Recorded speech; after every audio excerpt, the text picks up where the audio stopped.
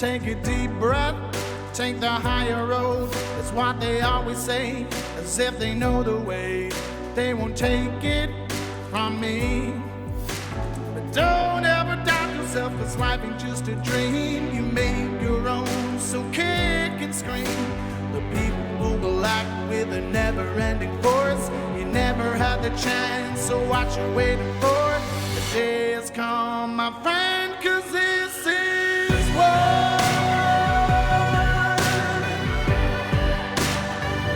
It's time and this is war.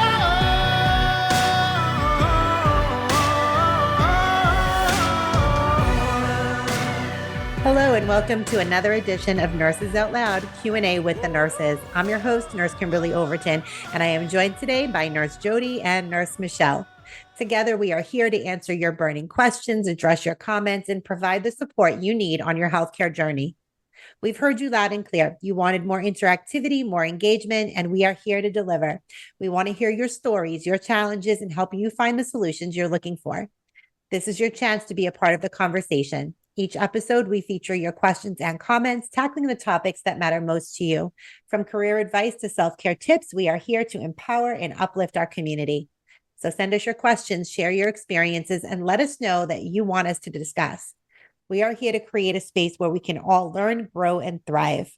Remember, this isn't just about us sharing our knowledge. We want to hear from you. Your voice matters and your experiences are valuable. So send in those emails to nurses@americaoutloud.com. We will be featuring these questions and comments every Tuesday on a special Q&A episode with the nurses. We encourage all of you to engage in the battle and find your voice in this fight. But until you are able to do that, we will continue to be that voice for you.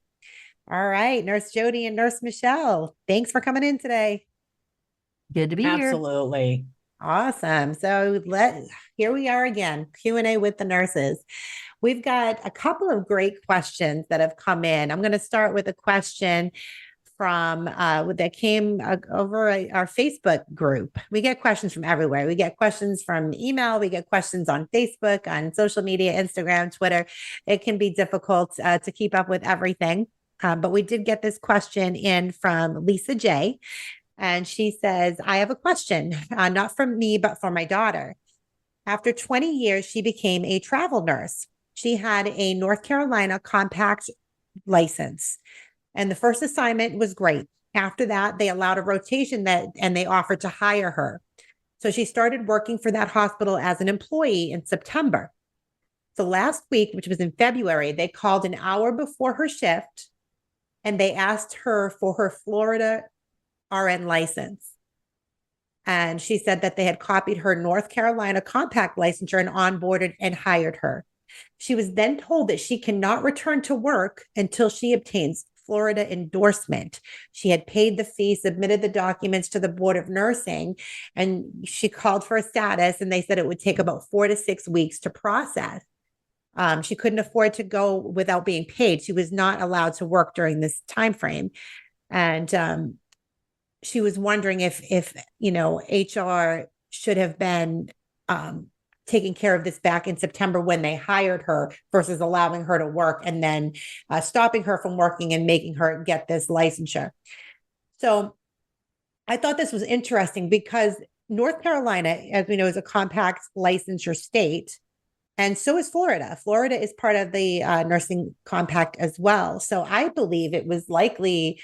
It sounds to me like it's an error on the part of the HR department because she should not have to be getting an endorsement and paying another fee for a Florida license because she is licensed. And I had her confirm this, that she does have a multi-state license from North Carolina. What do you ladies think? Does every multi-state license cover every state in the union? Would it be representative of every state in the union? Every state in the nursing license yes. Yeah. So in other words, she's covered. She should be covered. They shouldn't be doing covered. That. Yeah. So I think to me, and that's what I advised her. It was to contact the hospital. It sounds like because Florida is fairly new to the nurse license compact. So my guess is that somebody is looking at an old policy, perhaps, and kind of going off of that. But I think really upsets me though is that they have this nurse out of work. They're not allowing her to work. She's not getting paid. And this should have been something, if it was required, which I don't believe it is, but if it was required, that they should have handled when they hired and onboarded her. Yeah, that would make the most logical sense. Now, there may be people in the audience that do not even know what a nurse compact is. You want to let them know what that is? Yeah, so the nurse license compact is a collection of states from around the country, which makes your license, if you're licensed in one of these multi-state nursing compact states, then it's reciprocal. Your license is reciprocal within this compact. And so for example, I'm licensed in the state of Tennessee, and I used to work in the state of Kentucky. Kentucky is in the nursing compact. So there's reciprocity between the states, that they recognize my license, and I don't have to go through, taking an exam or getting endorsement or paying for another licensure in another state. There is, I believe, 33 states. There might be 34 now that are part There's of 41. There's 41 now. Oh, wow. Yeah. So I'm on nurse.org, and it says which states are compact nursing states. And so there's 41 of them. Florida is included, as well as North Carolina. North Carolina was where this nurse got her license, right? Correct. Yes. Yeah. So then it goes on to say that nurses who hold an active compact license may practice in the following states. And those are the 41. And it says, yeah, I mean, that's how I know it. That, they say that there's, if we go on here and say, why are the nursing compact states important?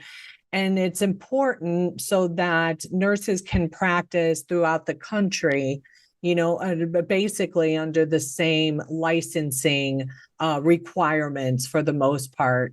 It says that the goals were developed for every state to become a member of the nursing license compact, but there's been ongoing resistance from some states regarding the requirements for licensure. So, there's some that have pending legislation, which is Alaska, DC, Hawaii, Illinois, Massachusetts, Michigan, Minnesota, and New York. And so, excluding those states, we look at it and it's like, okay, so you already paid your board, you already have your license. So like you said, it's reciprocity of saying, okay, maybe, she would just have to pay, Florida, whatever their fee is, but, she should be good to go. Right. And it was really interesting, the timing of this question. So today in my Facebook memories, surprise, surprise, up comes like a huge, really long rant that I had gone on a year ago. It's shocking, I know. But I'm going to read this to you because it is along the lines of the nursing licensure compact and what a struggle it is for these handful of states that will not get on board. But I will say, so as of, you're saying there's 41. Last year when I posted this, there were only 33 states. So that's encouraging to know that many states had. Well, let me read it a little bit more. So we have, it looks like 3 states, more than that, sorry, West Virginia, Washington, Virgin Islands, Rhode Island, Pennsylvania, and Louisiana and Guam. Well, Guam is allowing nurses, but these other ones say partial implementation, or that the nursing licensure was enacted and they're awaiting implementation. But that doesn't hold true with North Carolina or Florida. Right. She should have no issues. She should have no issue whatsoever. So I'm going to try to get in touch with that woman Lisa, who sent in the question, because I'd love to get an update and see if that has been resolved, and if that was the case, that they were just looking at an outdated policy perhaps. But I want to read you this rant of mine that I went on, and then we can kind of discuss. I made several points in this, but I'll read this, and then we can kind of discuss all of these ridiculous hoops that we have to jump through as nurses. All right. So this is, as part of my work, I am required to obtain RN licensures in multiple states where we have facilities. To say that this has been a cumbersome process would be putting it mildly. There are currently 33 states that have joined the Nursing Licensure Compact, which allows for licensed registered nurses to practice across state lines, an allowance which has proven to be invaluable in the face of a pandemic and the growing need for RNs to fill critical nursing shortages across the country. I am a licensed registered nurse in my home state of Tennessee. I have been fingerprinted. I've passed all of my state and federal background screenings, and I've paid all of the necessary fees to obtain and maintain my license over the years. Yet, in order for me to practice in a state that is not on board with the NLC, I must do the following. Number 1, submit an application for RN licensure by endorsement to the state's Board of Nursing. The cost for this can be anywhere from $50 to as much as $350, with an average cost of $150 for a 2-year period. 2, obtain fingerprints to submit to each state. The cost for fingerprinting services themselves for just the 4 states that I was working on getting licensed in was $135. But wait, there's more. Once you are fingerprinted, you have to then pay a processing fee to the receiving party. So that is an additional $40 to $60 fee paid to each state on top of what we had already paid to be fingerprinted in the first place. Number 3, RNs must submit verification of their nursing license using an online system called Nurses. The cost to send verification is $30 to each state. Now, this is despite the fact that anyone can verify a nursing license for free on the state's BON or Board of Nursing website. Number 4, despite the fact that I am already a licensed registered nurse who clearly has completed a nursing education program and obtained a degree, I must obtain official transcripts from my university and submit these to the Board of Nursing in each state that I'm applying to. Average cost was $10 to $40 per state, depending on the processing level you choose. Number 5, depending on the state you are applying to, you better pray that you don't have as much as an unpaid parking ticket from 25 years ago on your record.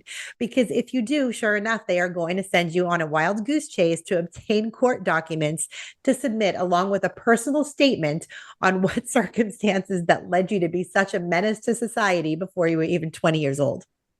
That's a whole other story. That is a whole other story. We can get into that after. Number 6. Additional fees and requirements that vary by state. In addition to the time and effort it takes to fulfill all of these requirements, the cost for me to obtain that licensure in those 4 states alone was approximately $1,500. So fortunately, in my case, my company was reimbursing me for the expenses, but that isn't always the case for everyone. 2020 was the so-called Year of the Nurse. And instead of the long overdue appreciation, recognition, and compensation for the many contributions made by nurses, we continue to be saddled with these unnecessary burdens and restrictive policies, which do nothing but delay care to patients and the hospital systems that are in need. These are nothing more than cash cows for the states who refuse to join the NLC. I hear people constantly asking what we want for Nurses Week. Here's my suggestion. From the very top of all of our organizations down, leaders that will stand up for and fight for us, work together with us, and have these unnecessary, cumbersome, and costly restrictions on our licenses removed. Reach out to each state representatives of the non-NLC states and push them to enact compact legislation that will be adopted by their Board of Nursing. As you may be able to tell from my lengthy post, I am extremely passionate about this issue. I have many plans for my future career path once I'm no longer at the bedside, and you can bet that it will most certainly include a form of nurse advocacy. Wow, well, that was kind of prophetic. What year did you post that? When did you post it? This was before Nurse Freedom Network. This was in March of 2021. So I guess that was 3 years ago. I was thinking it was last year, but it's been 3 years ago. It looks like it is a money grabbing campaign that's happening, that's taking advantage of nurses and the biggest mass exodus of nurses from the profession in the history of our country. I mean, the fact that, of course, this was existing before that happened, but we're dealing with the reality that everybody who gets a nursing license all took the exact same state board exam. no matter whatever state you took it in, we all still took the same national NCLEX exam. So the fact that all these other states want to balance it out, try to balance it out like, oh, but we have a higher or different standard for our nurses in our state during the most large shortage that we have now, it would seem like a really good time to drop this.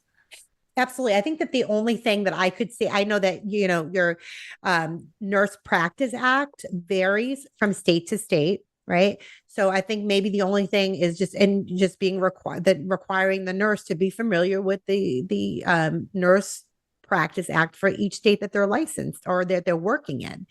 That should be the only requirement. It really and truly is nothing but a cash cow. There's no good reason, and especially with the fingerprinting, we've been fingerprinted. So the federal government has our fingerprints. What is the purpose? They're not changing. They're the same fingerprints, So it just doesn't make any sense to me that we have to go and get fingerprinted multiple times, that we have to send them to multiple states and pay all of these fees. It's very, very and burdensome, and just, to me, it's absurd. I have a funny story on fingerprinting that relates to everybody out there who's wanting to adopt a baby. I had to go jump through hoops to be able to adopt a baby. I mean, it's unbelievable that what a parent has to go through. But one of the things we kept having to do was go to the police station to go get ourselves fingerprinted to make sure we weren't child traffickers, okay, or something like that. And every time we would go, they would tell us, I'm sorry, but we're booking all these prisoners. We have all these prisoners. You'll have to come back.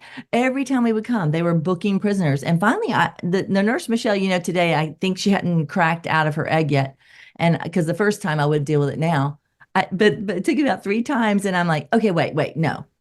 I am the law-abiding citizen. Make the criminals wait so I can get my fingerprint so I can adopt probably one of their children that they're failing to take care of.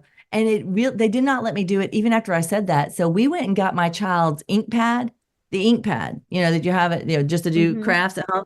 And we brought it into an off-duty police officer and said, could we just do this with you? And then we can turn this into our place. And he's like, yeah. So we brought our ink pad and he had the card and we fingerprinted ourselves with him. He signed it and we went on our merry way and got our adoption process through because of the absurdity, even within the criminal system. I mean, it is there. And, you bring up a good point. And that reminds me that somebody just reached out to me recently on social media for some assistance. And we're trying to get some stuff together for them. In the state of Tennessee, if you want to foster a child, they have requirements for vaccines. Like you have to get the Tdap. And I believe the flu vaccines and there may be a couple others, but you cannot opt out. They will not accept religious exemptions. In order to foster a baby, or a child, you have to have all of these vaccinations. Well, let me just say something on that. For people who don't know it, you can be a foster care parent and never be a part of the state system. There are so many private foster care programs that are usually religious based.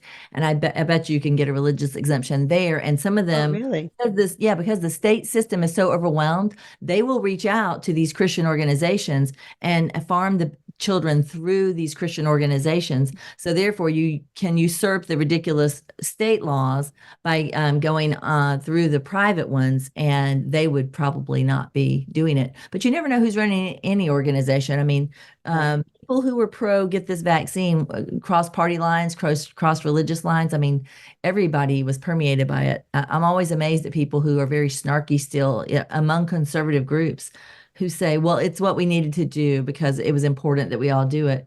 And they just are not informed. Can you do me a favor and send me that information, Michelle, and then I will pass that along to the woman who had reached out to me. That would be great. We'll give her some advice on maybe a different alternative route she can take to foster a child. But things like this truly need to be lifted. These types of restrictions, they're absolutely ridiculous, nonsensical, and it is truly just to bolster vaccine numbers. We all know that. Yeah. Well, and I think too that one thing that we have realized is how inefficient and inept our 3-letter agencies are. All of this is designed, for for us to jump through hoops, right? For whatever the case may be. It's like even my whistleblower, I have to go through 3-letter agencies, knowing that they're just going to deny me before I finally get into a federal judge 2.5 years later. I've just realized, I mean, I just posted a little clip about somebody in the government security. What is it? I forget, but she doesn't even know what objectively means. You know what I'm saying? It's like, saw that. and she's a PhD. It's like, stop it. yes, this DEI, getting people in who are not qualified just based on a skin color or, how they identify their sex is just horrible. And I mean, I know that's a little off topic, but yeah, it's the 3-letter. It's the agencies that keep creating things to jump through hoops so people can get their little piece of the pie.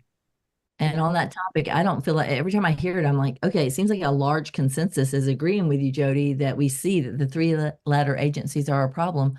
But the question is how to overthrow that and revamp that. Hopefully there's people out there that know how to come up with a better solution because it's not sounding any better. Yeah. Right. Right. Well, we're definitely going to have to change administrations in order to even hope Right. to hope to resolve that issue. It's not that I almost want to see everything abolished, but it's not that we don't need oversight. I mean, of course, there are things that need oversight, but unfortunately, all of these organizations have been captured. I don't know exactly when this occurred. I mean, how far back do you think that this overtaking of our 3-letter agencies, how far back do you think it goes? I mean, 100 years. Yeah. If it was the inception, if it was the whole goal all along, makes you wonder. Right. And I think it could have been that we were just so disillusioned for so long, thinking that these 3-letter agencies were here to protect us and to look out for us. So I think that it's likely been going on for a lot longer than just this short period that we've been awakened to it. Yeah, I think so too. I mean, it is fun to be able to use the CDC. I just did a recording with Dr. Brownstein, and everything they came after him for, you can actually find cited on the NIH website. Mm-hmm. And it's nonsensical. It's always fun to be able to say, well, if you think that I'm the crazy person because I'm saying nebulized hydrogen peroxide, how about you look at the NIH? Do you validate it now that I showed you that the NIH says do it? Yeah, exactly. Mm-hmm. I love using their own data against them. It's just so right. It is so. Do you want me to do that question about the nebulizer real quick? Yeah, go ahead and do that one. Sure. Okay. Somebody was asking about what kind of nebulizer to get, and there are a lot out there, and sadly, almost all of them on Amazon are made in Japan.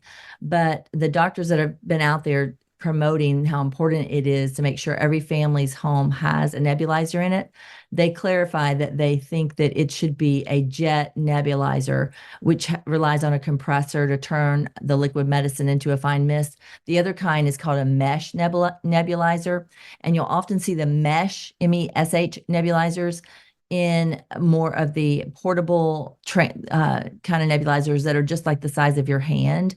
So a portable nebulizer is a great one to have if you're a regular traveler.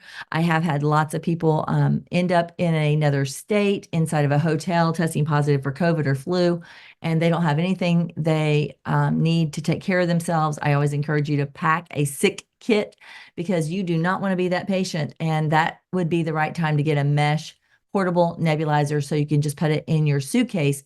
But for home, you need to have a jet nebulizer that has the compressor. It sits on a table.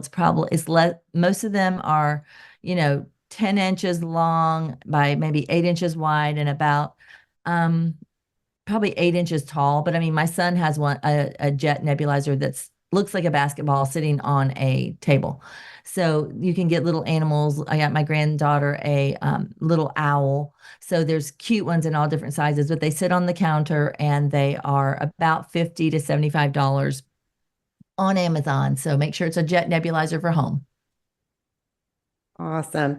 And then there was one other question that I got regarding the new regulations that had come up from, or not regulations, but from the American Red Cross, the changes to their qualifications for if you've received the COVID-19 vaccine. Now, we've been screaming this for a while, right? That, they're not differentiating between vaccinated and unvaccinated blood. And they have been standing on the fact that there's no spike protein, there's no trace of spike protein in the vaccinated blood that anybody can find, which we all know is a lie. But so recently they started asking these questions, wanting to know what brand of vaccine you had. They were wanting you to show your vaccination card when you were vaccinated, and what brand and what lot number perhaps is what it was. But people were asking, why this change all of a sudden. What do you ladies think about that? What in the world? I mean, Did you hear about that? No, tell me a little bit more. So basically, the American Red Cross is now saying, how they'll ask those pre-qualifying questions, before you go to donate blood. So they've added questions about, have you had a COVID-19 vaccine? When was it? What kind? Well, that's okay. So I heard somebody, they actually called the American Red Cross, and they did it while they were recording. And they did ask about the vaccine. And the only thing that the person said was, yes, you can donate blood if you're vaccinated, but they don't recommend it if you have a fever. So I don't understand what the whole process or what they're trying to say is, because they're still accepting vaccinated blood. But you know they what have they to. I mean, they have to.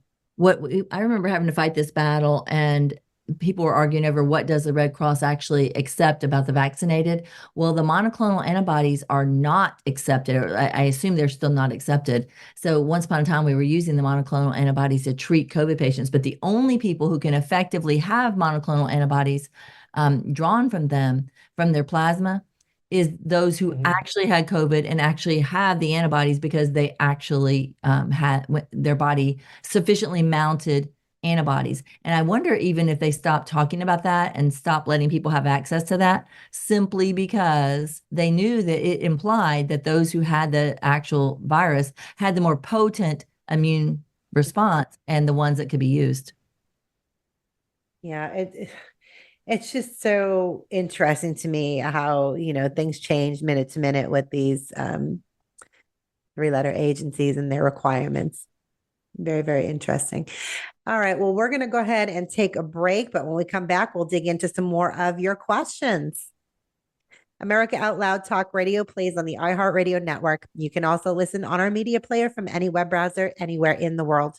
We have the best in-class apps available on Apple, Android, or Alexa 24/7. Great talk radio. All of our shows go to podcast the following day. You can hear them on apps such as Spotify, Stitcher, Pandora, iHeart Podcast, and many more. Be sure to subscribe and rate the show on Apple Podcasts.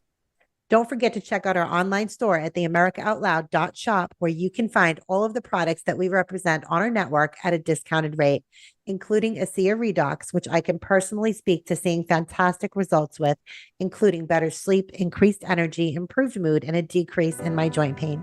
Use promo code OUTLOUD to save 15% off your purchase. We'll catch you on the other side of this break. Stay with us. It's time and this is what. ASEA believes that inside each of us is the potential to feel our very best. Our redox-based products tap into reserves within you to power your personal well-being. Make our breakthrough products an essential step in fulfilling your greatest potential. ASEA, we power potential. For exclusive savings, use code OUTLOUD to save 15% off your first order today. Cholesterol, blood pressure, blood sugar, inflammation, and weight. These are all real-world problems that 87% of Americans are struggling with. Fight back with Heal Right. Heal Right is a bar you eat, but it's food as medicine that addresses the nutritional root cause of health issues in just 8 weeks. Take action today. Visit healright.com/outloud or americaoutloud.shop and use the code OUTLOUD for 20% off. Cardiovascular disease is the leading cause of death and disability. Today's high-stress, on-the-go lifestyle makes it hard to stay heart healthy. Lifestyle changes like exercise and diet are critical. but you can also support your heart with concentrated nutrients.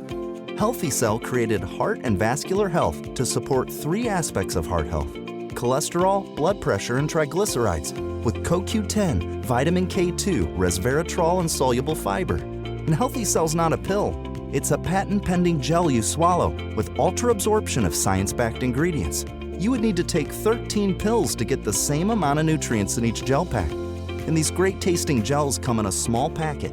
Tear off the top, shoot it down, or mix it in water. Get heart healthy. Go to healthycell.com and use code OUTLOUD for 25% off your first order. Healthycell.com, code OUTLOUD for 25% off. You wouldn't go a day without brushing your teeth or washing your hands. What about washing your nose? I mean, your nose does filter the air you breathe, air loaded with bacteria, viruses, and irritants. Make nasal hygiene part of your routine with Xlear. No messy bottles to fill, no drowning sensation. Xlear is a natural drug-free saline with the added benefit of xylitol, which blocks bacterial and viral adhesion. Available in stores and online at Xlear.com. That is XLEAR.com.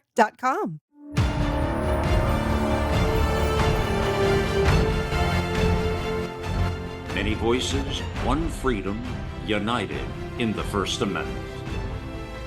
Our goal is to herald the voice of genuine liberty at AmericaOutloud.news, a place where you'll find the naked truth expressed with a patriotic heart.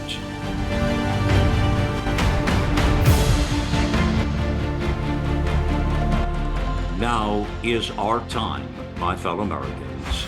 America Out Loud Talk Radio. Liberty and justice for all.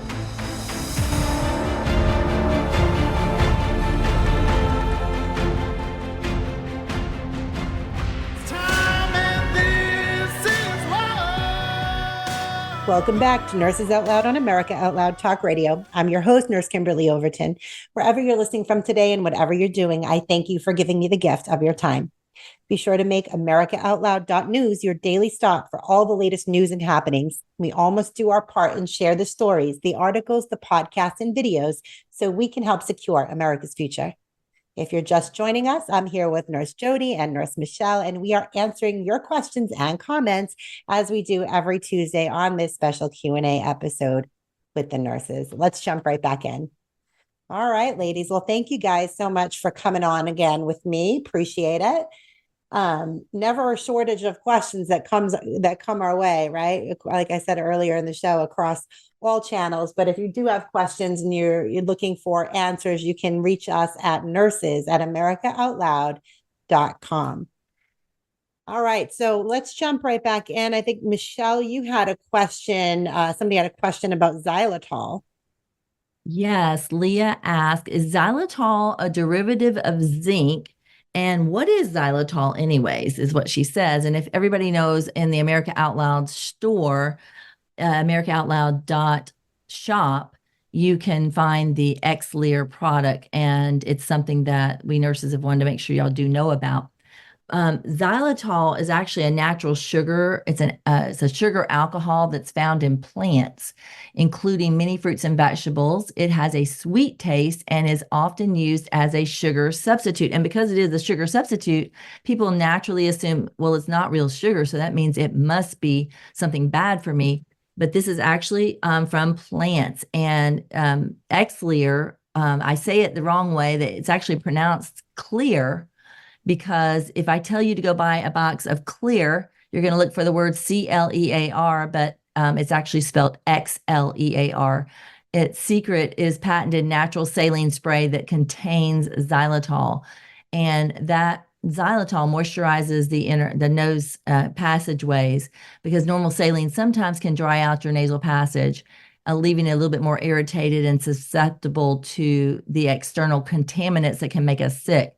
So I've told people that if you have little people in your life and they are getting a sniffles and sore throat and they're having upper congestion, they need to make sure they have the Xlear in their home, so that, especially before they put them to bed at night, they're putting the Xlear after they've bulb syringed out their nose, because I am not a fan of the nose Frida that people suck out the nose contents.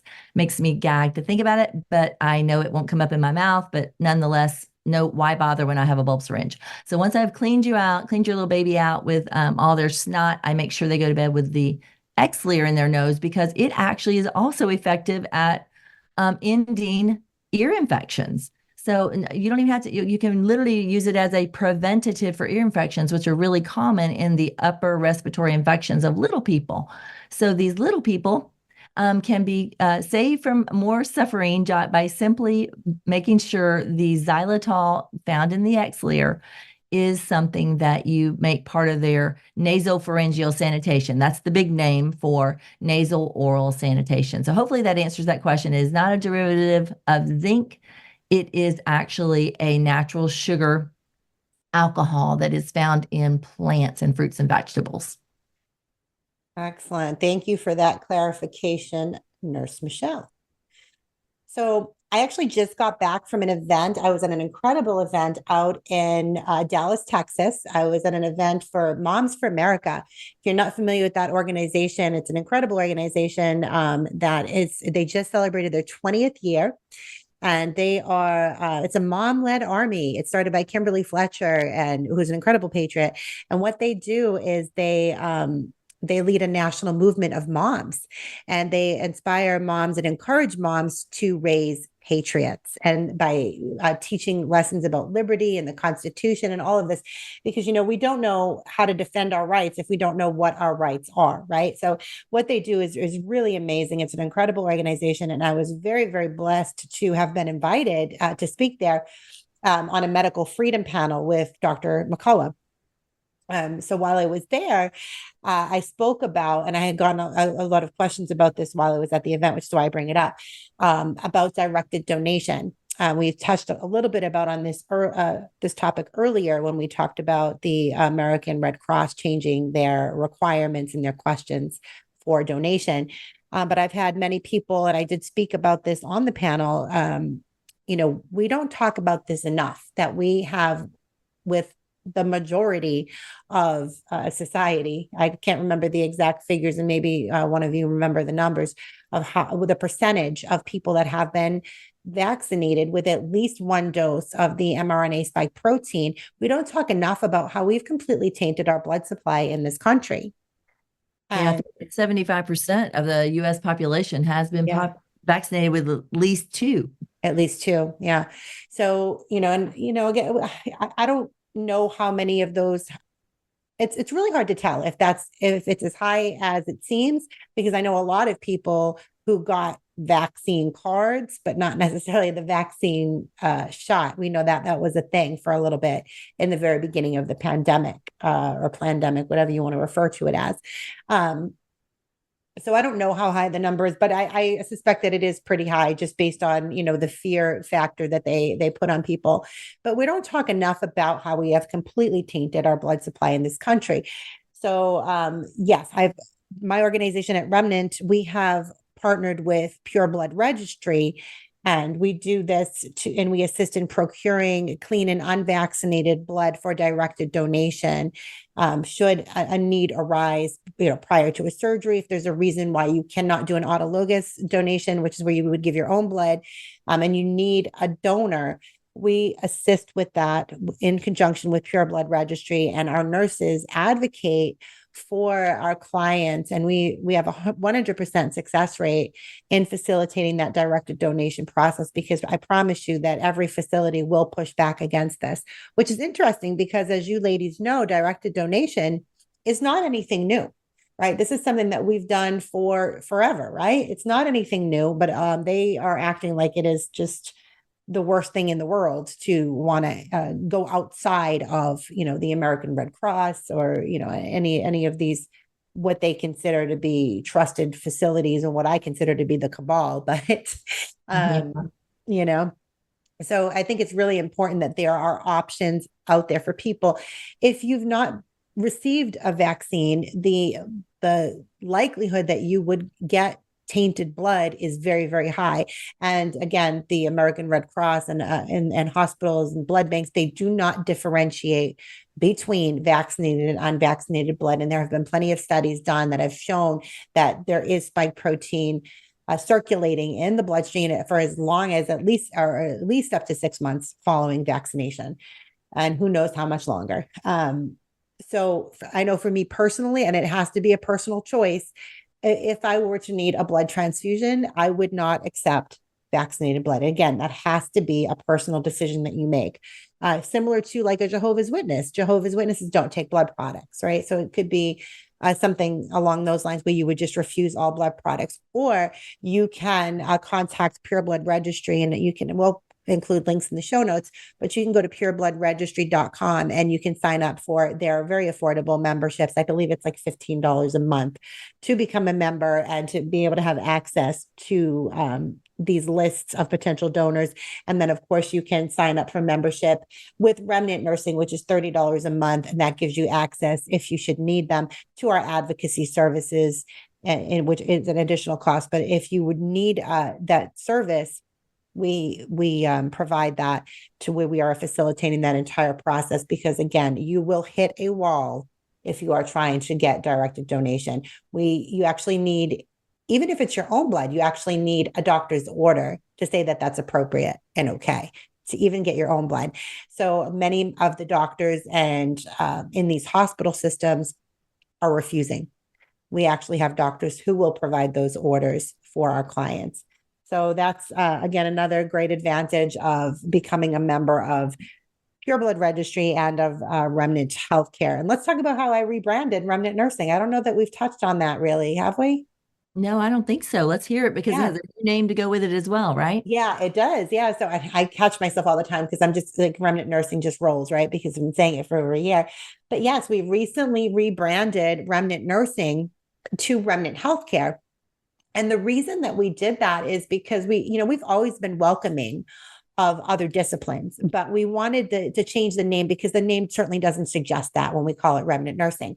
So we just wanted, to change that, and it reflects our organization's commitment to improved outcomes and our dedication to being able to offer comprehensive healthcare solutions across these various disciplines.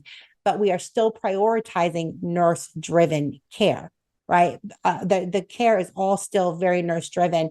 And we understand that nurses, we want to make sure that we're still exemplifying that the nurses play a crucial role, and everything is driven by the nurses here. But we do welcome in these other disciplines. So we are now signing on physicians. We're signing on physical therapy, occupational therapy, pharmacists, even dentists. Biological dentistry is another thing that we're going to be bringing into Remnant. Midwives, doulas, all of these different disciplines are coming in, and we're just embracing a broader scope to, ultimately enhance our patient outcomes and to strengthen the healthcare community, because this alternative system, it's, we're not going to be able to do it just as nurses alone, right?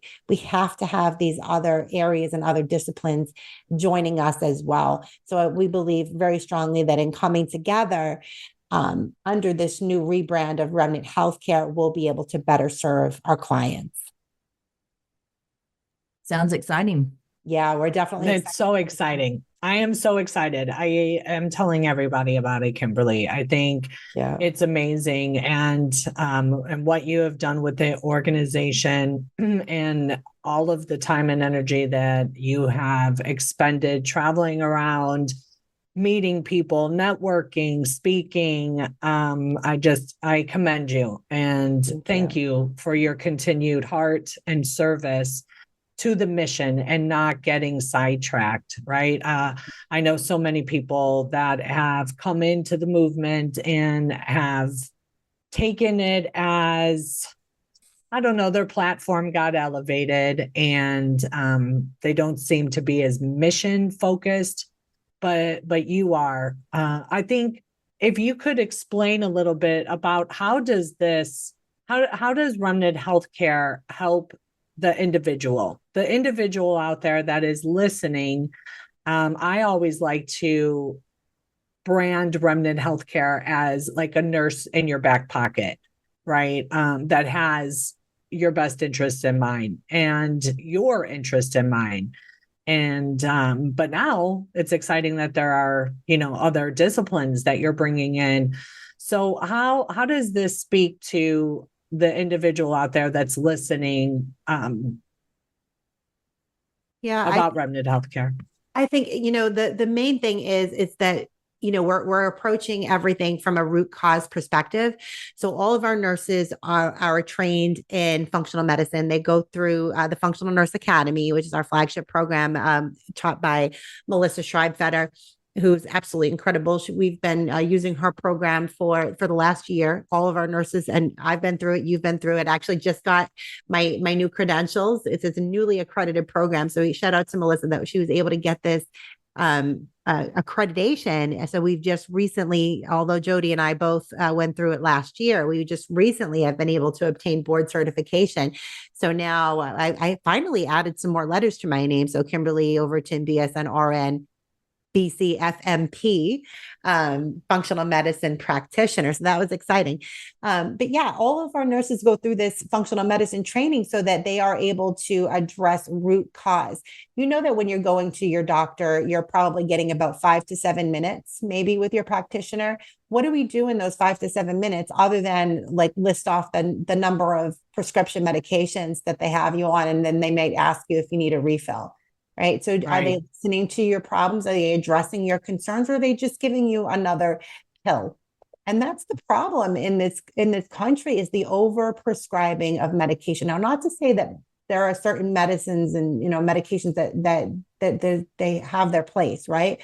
But there's no denying that we are over prescribing in many cases, and depression and anxiety is a huge one. That the first thing that people do is go to the prescription pad when there are so many other alternatives.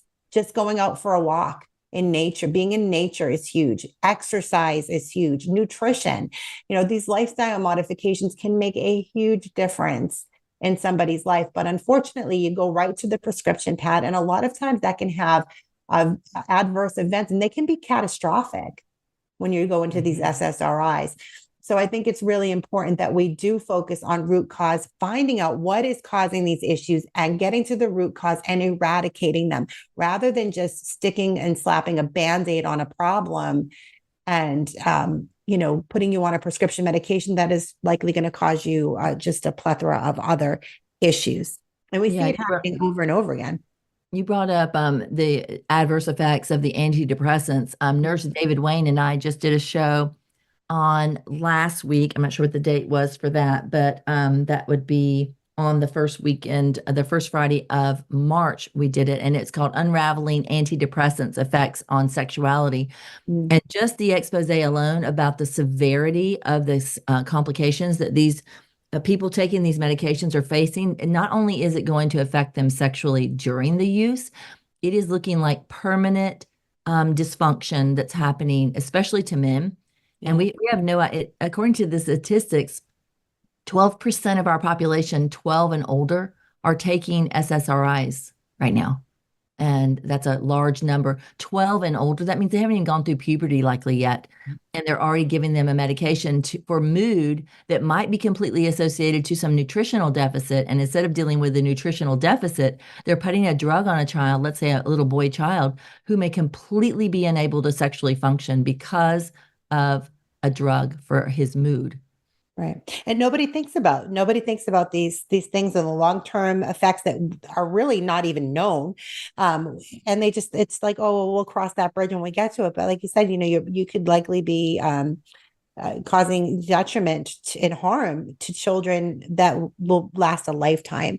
So that is just one of the things is that functional medicine, that's what we provide in our concierge nursing. We provide individualized wellness plans for people. There's no such thing as one size fits all healthcare.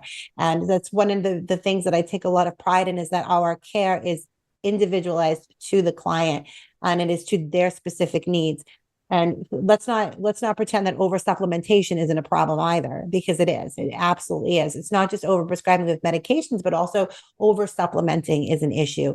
And we can recommend all the supplements in the world. Do they actually need them? And what we're doing is we're figuring out what somebody might be deficient in, and we can do that through lab work, what somebody might be deficient in, and supplementing appropriately versus just, here, take, 20 of these products and 50 of these, because nobody can afford $800 a month worth of supplements either, right?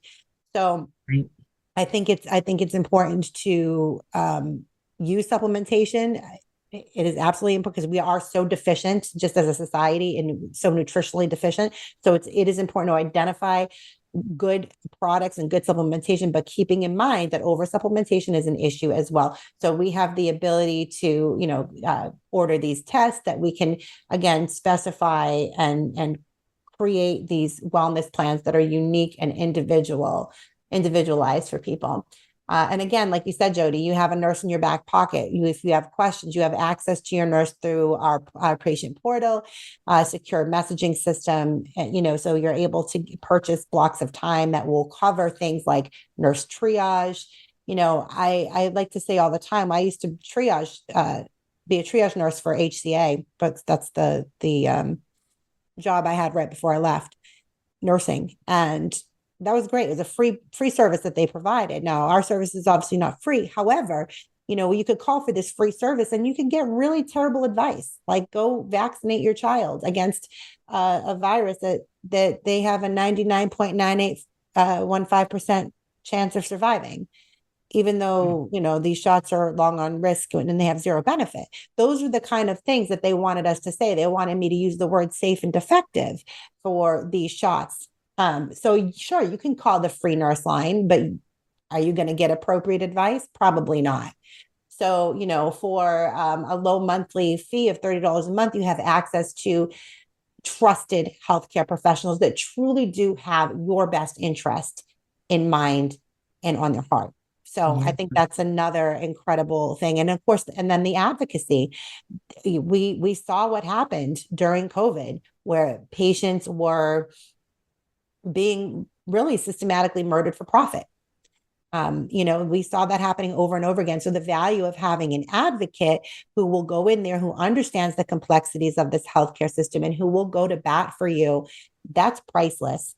And as well as, we have advocated multiple times for medical kidnapping issues and to protect the children. So these types of services are not things that you're going to find in the mainstream. They have what's called patient advocates at the hospital, but those are not patient advocates. We've had that conversation before. I know those are hospital employees, and your best interests are never going to be, at the heart of what they do. At the end of the day, they're going to be following their facilities protocols because it's all about protocols. Yeah. So that's but those are just some of the things that we offer at Remnant. And again, we're all very patient centered, and it's all about bringing the patient back into become a member of their own healthcare team. Like we're here to be guides. We're not here to dictate anyone's care. We are here to guide people and give them suggestions and education and information. But ultimately, they are the ones that need to make the decisions on what is best for them. Nobody knows their body. Nobody knows their child like they do.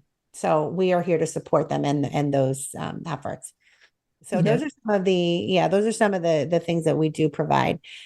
I did have another question about how do from nurses how do we connect with other like-minded providers. And I do want to mention that we have this incredible networking event that is coming up in Beaufort, Georgia, which is about an hour outside of Atlanta. It's called Next Steps is the main conference, and under that we have Next Steps for Nurses, which will be on March 17th.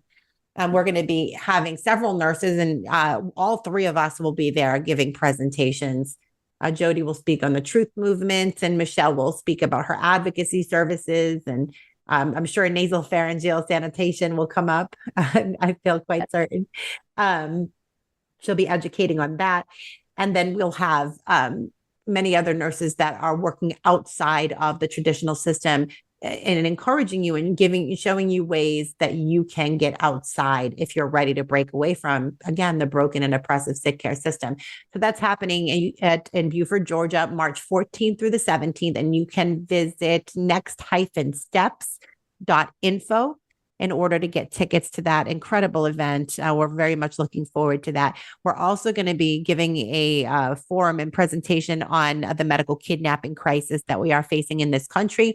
We have the family of 4-year-old Autumn Shaw will be joining us. We're very, very blessed to have that. And we're going to be uniting the family with the advocacy team at Remnant that works so diligently to help that little girl get home from the hospital and away from Lucille Packard and the CPS system that was trying to strip the parental rights away from this family. So we're very, very excited about that. And what else do we have going on? I think we're running out of time. So well, I'm looking forward to, there's so many nurses descending on it. Hopefully we'll get some community nurses that will find out about it in the Georgia area as well. Hoping yeah. If you have any groups or anything, Michelle, we'll give you some information if you want to blast it out to your local Georgia peeps. I think that would be great. If you're in the vicinity, it's a 4-hour drive for me.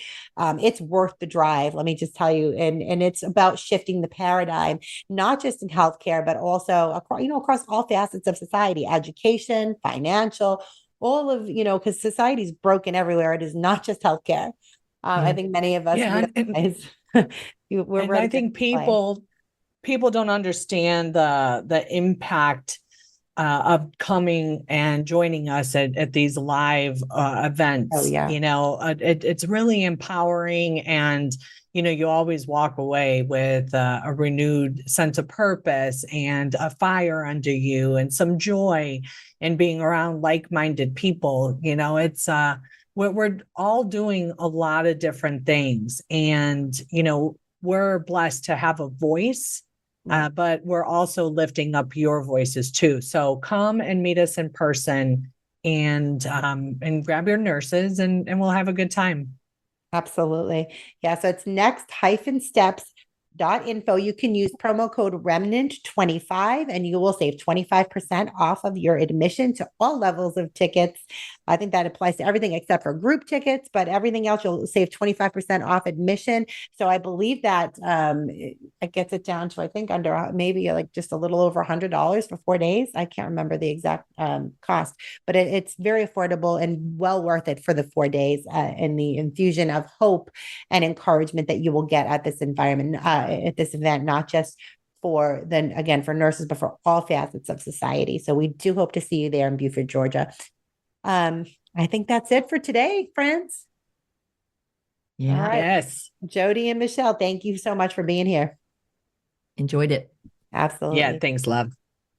So remember, we are here on the air 5 days a week, Monday through Friday at 10 a.m. Eastern. You can also catch the encore at 11 p.m. Eastern Standard Time.